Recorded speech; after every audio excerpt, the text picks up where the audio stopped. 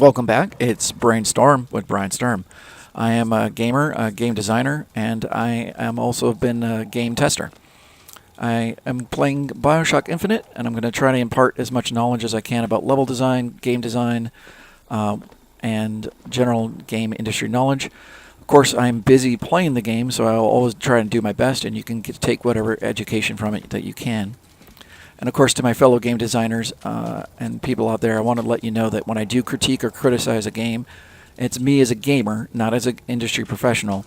And as, of course, I believe that I should be able to have my human reaction of something I like or don't like. I am just a gamer like you. Wonderful moment. But here we have George Washington, especially in the American culture. We really look up to this guy. Or he, has done no wrong. And yet you see this really bad propaganda racism. So kind of messes with your head a little bit there. And once again, we had our 3 parts of the game, and now we have this kind of 4th part of the game. So we have the key, we have the fighting, we have the wisdom, and we have the faith now. Faith is a part of this. And faith actually is one of the major themes of this game. All right, there is a key, very easy actually to miss. I think some people can miss it, but they do their best to put it really close. So if you hit X a bunch, you're going to go pick up that key. Now, perfect. While I go all the way back, I'll explain to you why I decided to take the Vigor upgrade. I'm a child of the 80s and a teenager of the 90s, and I had much harder games than the gamers who are playing nowadays. And I actually like a lot of challenge. And I just see so much health and ability for my shields to come back up that I don't, my personal play style, I don't see any particular reason to get anything besides the Vigors. Now, the reason why I'm doing the Vigors as strategically explaining myself is that usually during a fight is when I need just a little bit more Vigor power. Okay, there's one other thing. As fast as you can possibly run from the point that we were just at, all the way back to the treasure chest I'm going back to, takes about 2 minutes. 2 minutes? I believe, yeah, 2 minutes. 1 minute or 2 minutes. We'll time it. That's a long time to just go without a fight, and very boring. So you notice they probably didn't have a fight, and people gave a bug feedback, or maybe just through playthrough, they noticed that they didn't want to have this much kind of boring stuff going on. You also notice that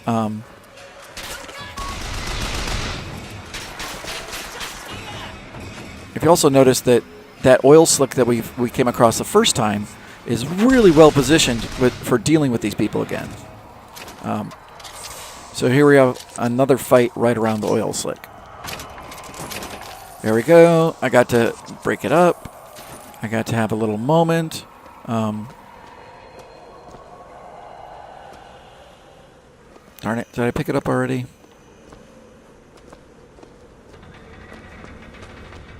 I might have picked it up already. I wanted people to notice, earlier I mentioned that there were some treasure boxes. I might be wrong. I might have been wrong about that assumption. But I believed this fight also spawned some additional treasure boxes. I will accept that I could totally be wrong there. If you see this is a seam issue for people who are just now tuning in. So you see that black thing.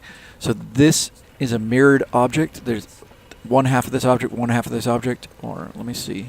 Yeah, one half of this object. And isn't just quite squeezed together, and therefore you get to see the inside a little bit, the unrendered inside. Okay. Still, this is a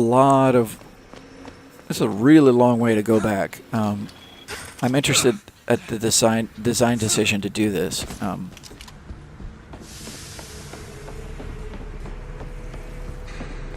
Let's see.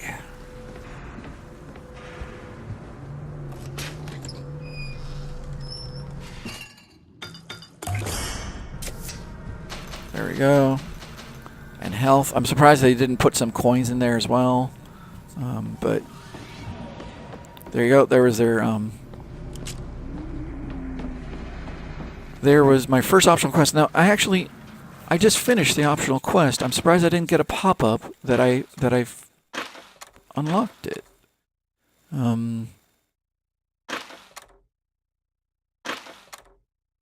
Objectives? Yes.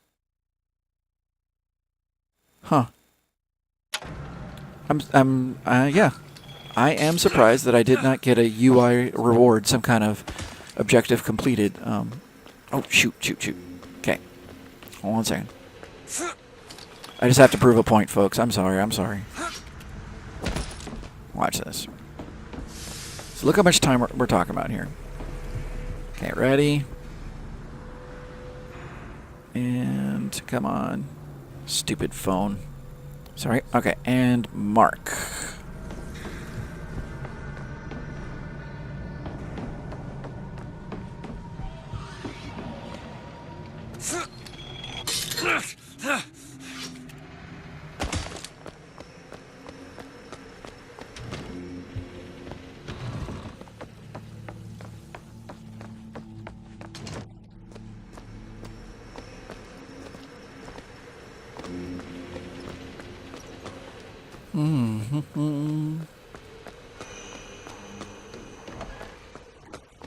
Yeah, it looks like we're coming up on a minute. Whoopsie.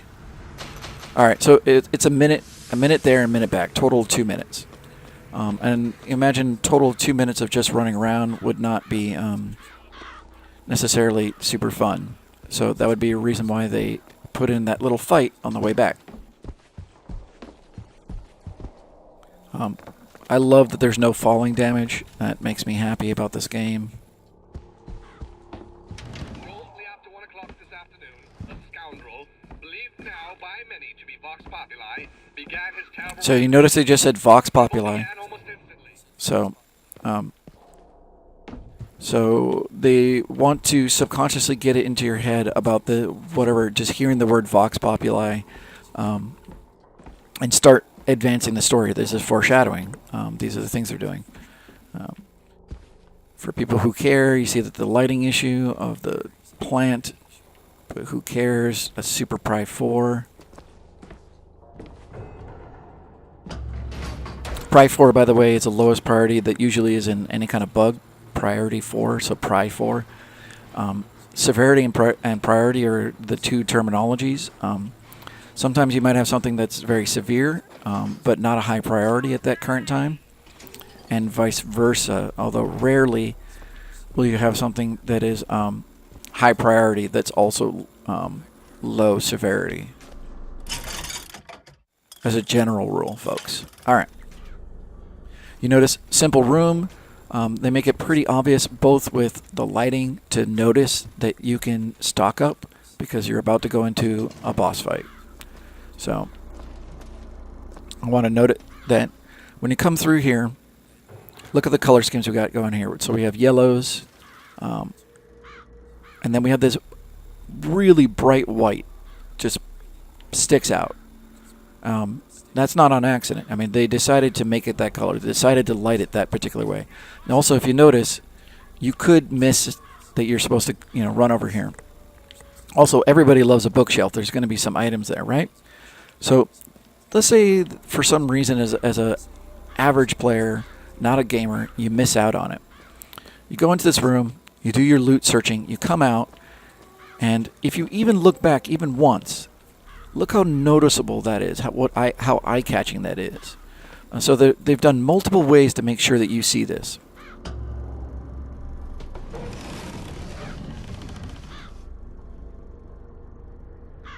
Now, wonderful story little moment here. Really creepy. If anyone notices, they've reused the bird shit art that they used earlier, and they're using it for blood splatter. So blood splatter and bird shit in Bioshock universe are the same thing. I'm just joking there, but that's how you reuse art assets and color it differently, and it works fantastic. And you've saved time, you've saved money on development, and you've also saved on memory. Now, what I love and hate about this is that these are not scripted. These are actually random loot drops. So let's see what I get. So first time I've ever gotten gear, they're letting me read what gear's all about. Awesome. All right, I'll take that. I've had multiple different items. I've had my favorite, which is health upon melee kill. And then I've had everything. Blast back when you drop down from a skyline.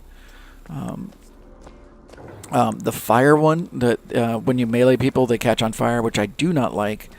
The reason why I don't like it is that it seems to be when you kill someone with fire and there is no corpse, and then you get really, really far away, you know, you get out to like LOD 2, LOD 3, you lose out on looting. The loot goes away. That's my personal view.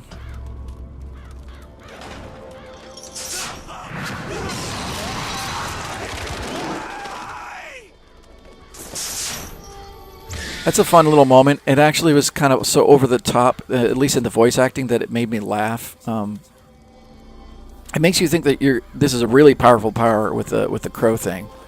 Once again, if you notice, we have a big change in color.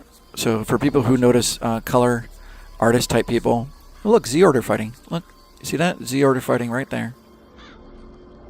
Boom, color difference. Okay.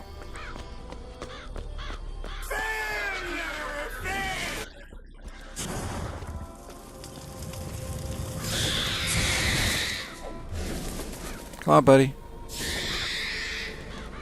How long do these... How long do these last? I wonder.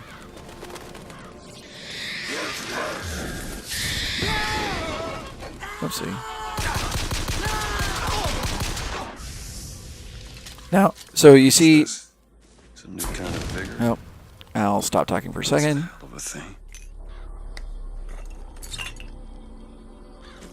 Stylistically, I love this vigor little animation here, but it's a little underwhelming. Press to summon Murderous Crow. Once again, you see how they drop a box, so they make it very easy for you to pick up the crow power. Let's see.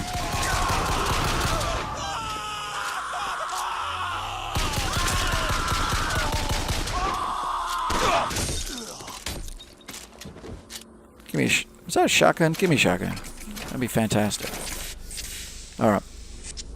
Now, I was not a fan of the crow power at all before, because all it did was it provided a slight stun and then basically no damage.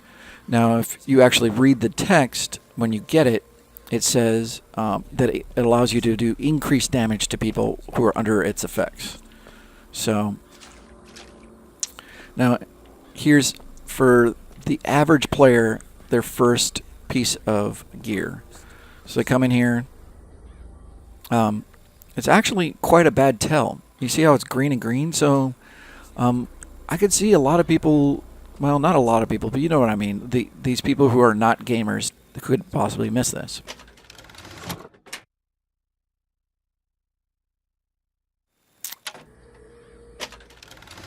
Damn it. I'm not gonna take it. I don't want it. This anarchist is either a modern dwarf or a Frenchman with a missing left eye. I love that line. Love that line. It's so funny. Here we are, kind of a second time. They want to get you up and on one of these hover boats. They want you to be looking around. And I will, if I have if I remember, I'm going to talk about that angel in just a bit.